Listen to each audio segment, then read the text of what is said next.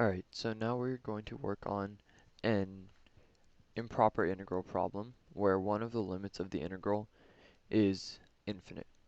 So the integral we have is the integral from 1 to infinity of x to the negative 5/4 dx. And then in order to solve this, the first thing we want to do is we want to substitute infinity for a variable, and we want to take the limit as that variable, which we'll call a, approaches infinity.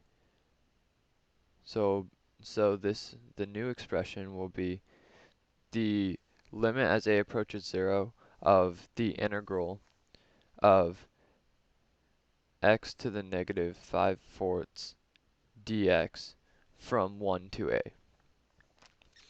Alright, so now what we have to do is we have to solve this integral, and in order to do that, it's a pretty simple integral. So we need to add 1 to the power of this function and multiply by the reciprocal of that power. So when we do that, what we end up with is the limit as a approaches infinity of negative 4 times x to the negative 1/4 evaluated from 1 to a. Alright, and then we can now take this right here and plug in. So we will have the limit as a approaches infinity of negative 4 a to the negative 1/4 plus 4.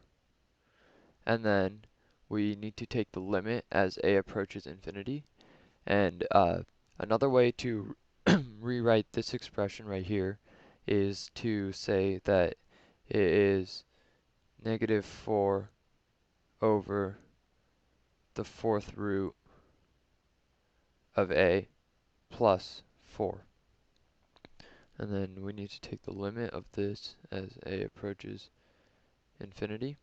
And here, because the bottom is increasing faster than the top, we know that the limit of this part of the function is 0. So we can say that this is equal to 4. And so what we did here is, first off, because we can't take an integral with an endless bound, what we did is we substituted a variable for that upper bound, or if it has a negative lower bound, you would do the same thing.